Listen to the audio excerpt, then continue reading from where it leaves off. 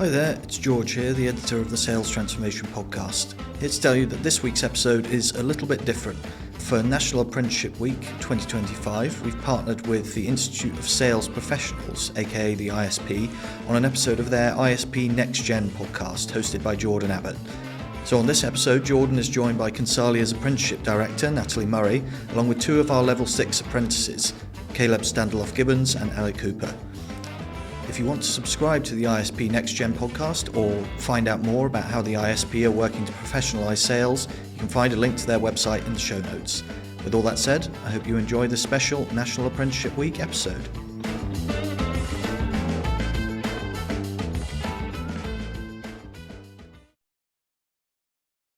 I went to university, lasted about 3 months before leaving. I much prefer working in a team, not always having my head in a textbook. Before, the only sales I'd done was me buying shoes. So actually speaking to these big organisations, these high up people, helps you build that confidence of having a conversation with someone like that.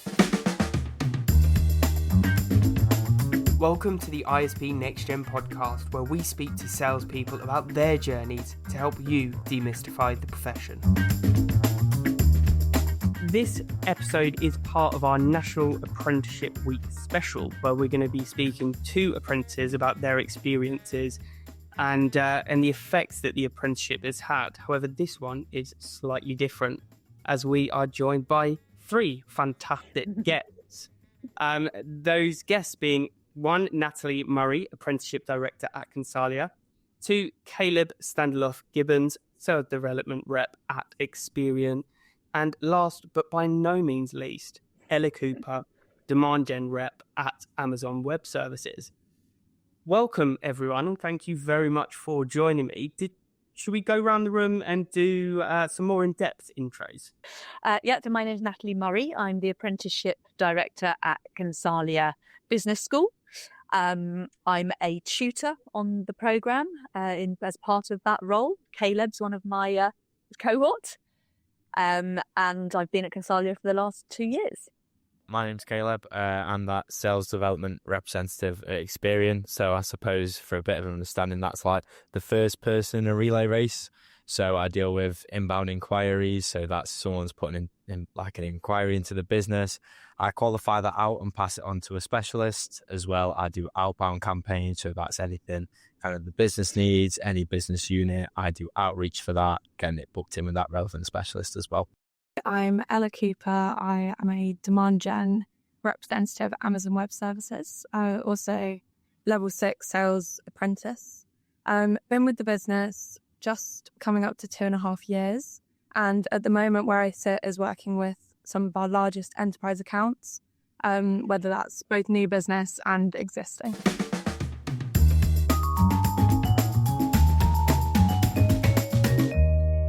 My first question of the session is going to be one for our apprentices in the room.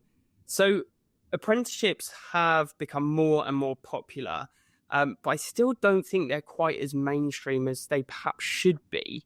So what was it that pushed you towards an apprenticeship? Why did you choose an apprenticeship over other routes into the profession?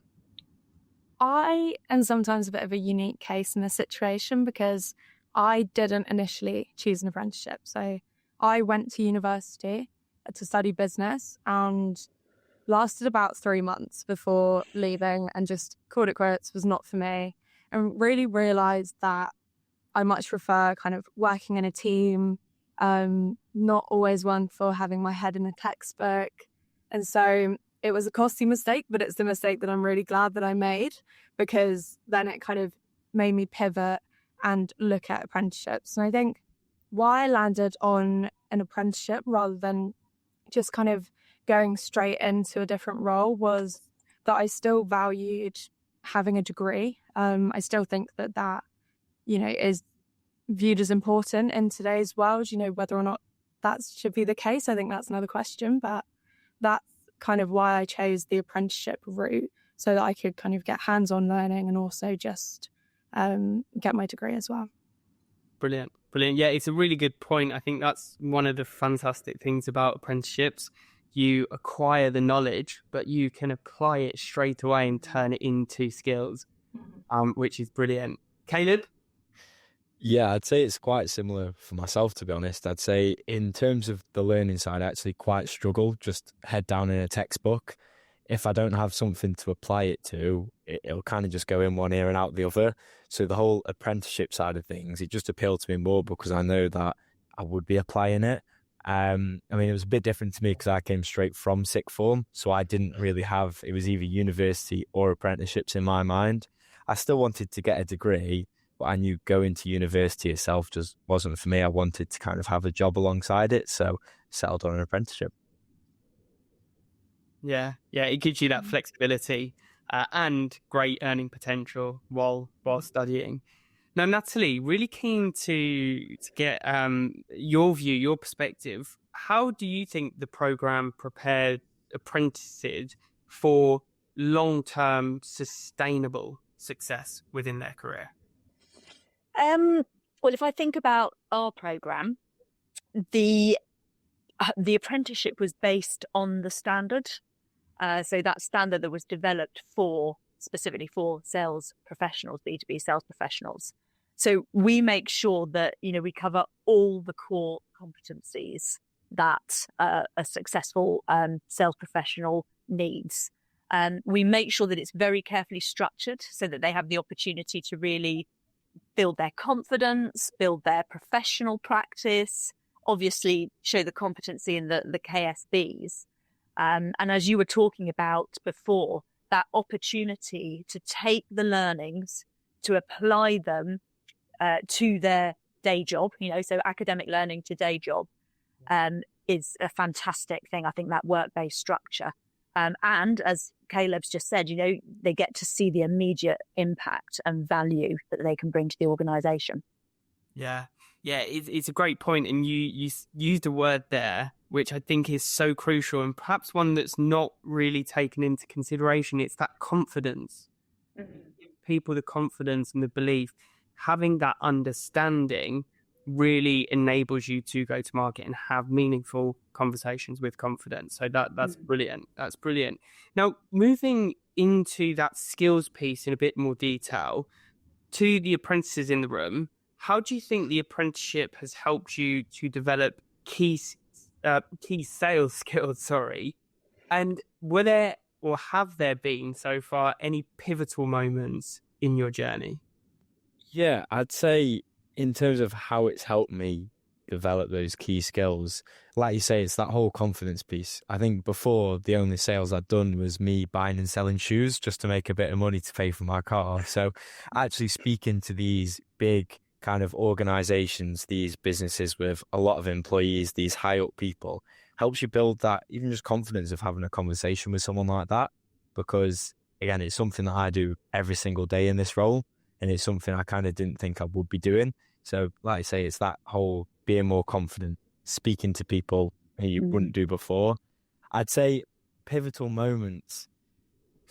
I'd say just having that big deal close, just that one deal which you've kind of done a lot of outreach for, you've put in a real big effort for it, and that actually finally closing.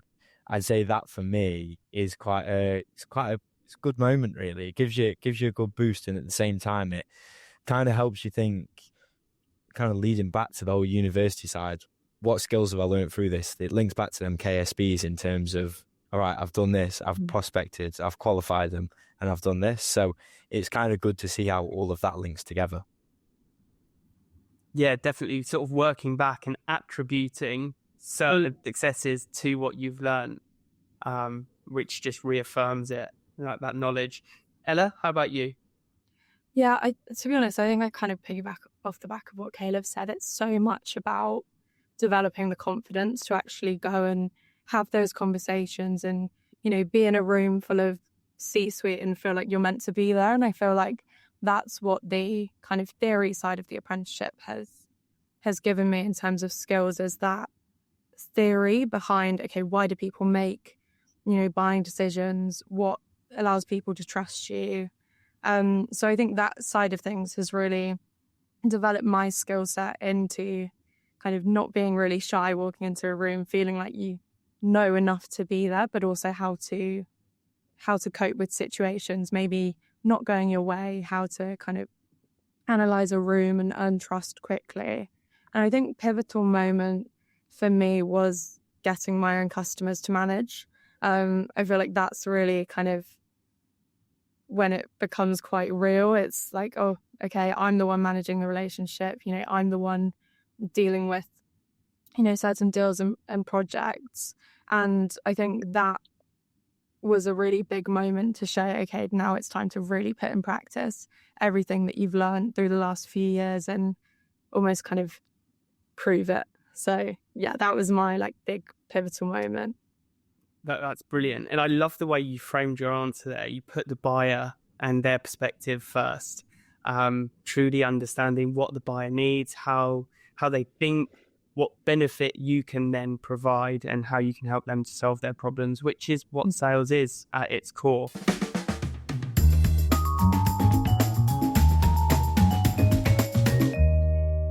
I don't know if you'd agree with me, but I don't think businesses truly understand the impacts that apprenticeships can have on supporting the development of their sales force and the individuals within. So how do you think employers perceive the impact of apprentices within their role?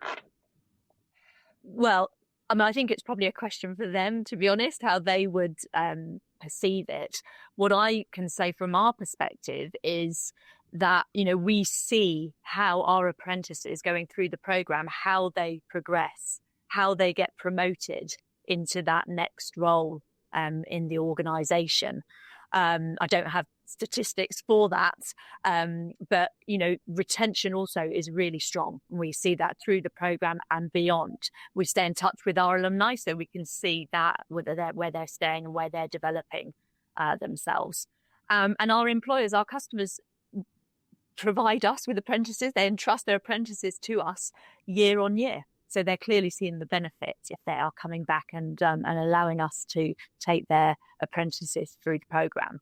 And I think the other thing they see, obviously we work very closely with the employers in terms of making sure they understand the program and the expectations on both sides and everything that the apprentices are going to go through.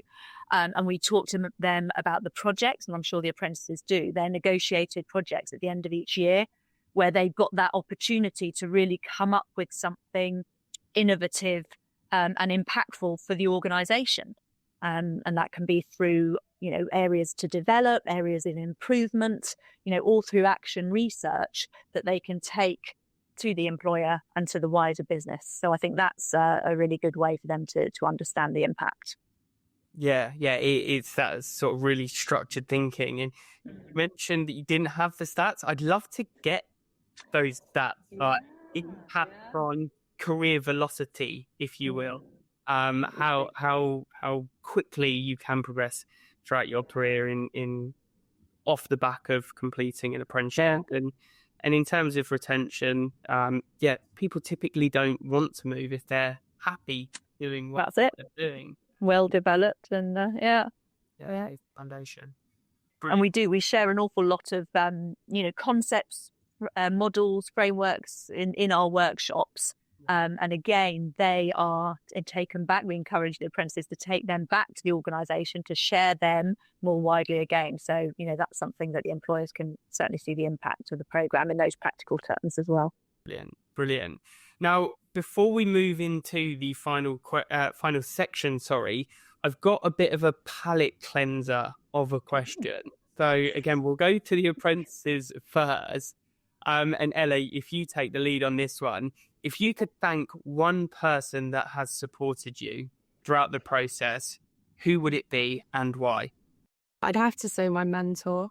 I have had the most incredible mentor, and I only met her in the last kind of 6 months. And I think looking at the difference between the time before that to the time after that has just been like night and day. And I think the reason for that is because she's really encouraged me to what we call fail fast. So make those mistakes, learn from them, move on quickly. And so I think just having that room to, try different things, work out different processes has been really incredible. And also in that terms of feeling like you get a seat at the table, which I think before I did not feel at all. I was like, oh, there's no way I should be speaking to C-suite. It's just little old me. And so I think that's been really impactful. So I'd probably thank her. Nice. I love that. Caleb?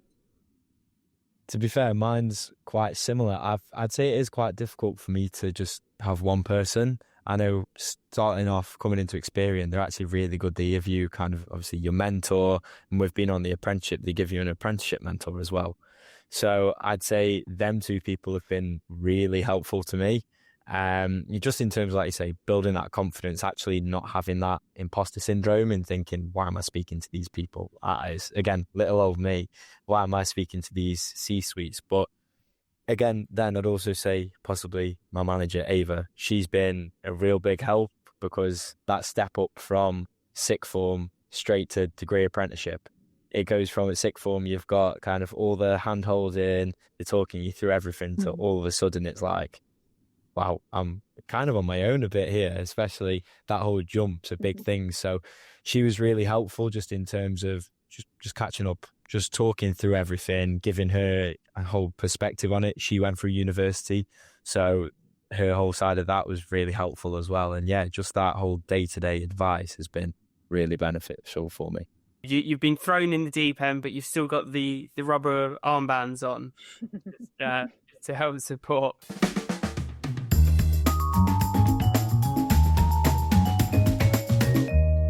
Natalie, what advice would you give to someone that's perhaps considering an apprenticeship but isn't quite sure whether it's the right route to them? I think, again, talk about our programme, be prepared to work hard. There's no two ways about it. As Caleb's just said, a lot of our apprentices come straight from school and suddenly they've got demanding day job, academic qualification to juggle. And it's a lot, but it's absolutely worth the effort. If you want to come out and be that best sales professional that you can be. And as you picked up on Ella saying, the person that puts their customer first, that can help their customer buy, that's what we produce. Yeah, great answer. Brilliant. So moving into the final questions of the session, for the apprentices, again, I'll take your answers first, but we'll go to Caleb first. What is one key takeaway from your journey so far, and what do you have planned next in your career? Oh, I'd say my one key takeaway is that I suppose it doesn't matter who you are, you've always got the right to speak to these C-suite people, especially if you're proposing something which is beneficial to them. Like I say, at the start, it was quite difficult. I was a bit nervous to just pick up the phone and speak to them, because in my mind, it's like, why should I be? At the end of the day, you're helping them. Everyone's human. Everyone's always open to a conversation. I'd say my next steps from me is moving into that next role, becoming a BDE, which is when it gets to the whole kind of closing the deals, all the contracts and everything like that. I'd say that's my next jump, really. Nice. Yeah, it's a great point you make around sort of earning the right to have that conversation. And before you do pick up the phone, ensuring that you can benefit the other person on the other side, and it creates that better experience for buyers rather than furthering the divide that we're currently experiencing. Brilliant. Ella, what about yourself? I think one key takeaway from this journey and kind of sales as a whole is that I think sales often gets maybe a bit of a bad rep. And I think through this, I've realised that I don't think that should be the case at all. And I think sales as a whole is really shifting to more of a kind of less transactional and more that kind of building value, earning trust, working backwards from customer needs. And so I think that's my big takeaway, and maybe something that I didn't know initially going into a sales role. I thought it would be almost Wolf of Wall Street-esque, and I think I'm very glad to see that it's not like that at all. And And I think what's next for me is, short term, finishing my degree at the end of this year. And then long term, I'd really love to move into sales management. I think I've seen, a lot of people around me, their kind of growth, progression. I've had some really great people kind of put their time into me. And so I'd love to really pay that forward and hopefully manage some of the next gen of salespeople. Yeah, great answer. Yeah, whether it's history or Hollywood, there is that sort of stigma surrounding the profession, right? And I think apprenticeships are doing a fantastic job in setting the bar for what professional sales should be. So that's brilliant to hear. Now, Natalie, last question for you. What is the most important thing for businesses to know about apprenticeships? Consalia, that's exactly what we're about. It's about the professionalism of sales. And our mission is to make sales the most sought after profession. So that's definitely something that, Ella, Caleb, all our apprentices help us move the needle forward on that. And then in terms of, what I'd like people to remember and think about is, the title says it all. It's the B2B sales professional. And that is what we produce. We produce these amazing young sales professionals. We are the only apprenticeship that delivers a sales degree apprenticeship, the only organisation, and we are all about the student experience, delivering a quality experience, which is what makes it so great. Thank you all for joining me. Caleb, wishing you the best of luck in getting that BDE role. Ella, wishing you the best of luck with completing the apprenticeship. It's been an absolute pleasure to have you join me, so thank you again. And to everyone listening, until next time. Next time on the ISP NextGen Podcast National Apprenticeship Week Specials. I did actually go to university for about 18 months. Having had that experience and comparing it to my apprenticeship that I've done now, it's so much more worthwhile. You're not just learning the theory behind the job, but it's also the hands-on experience.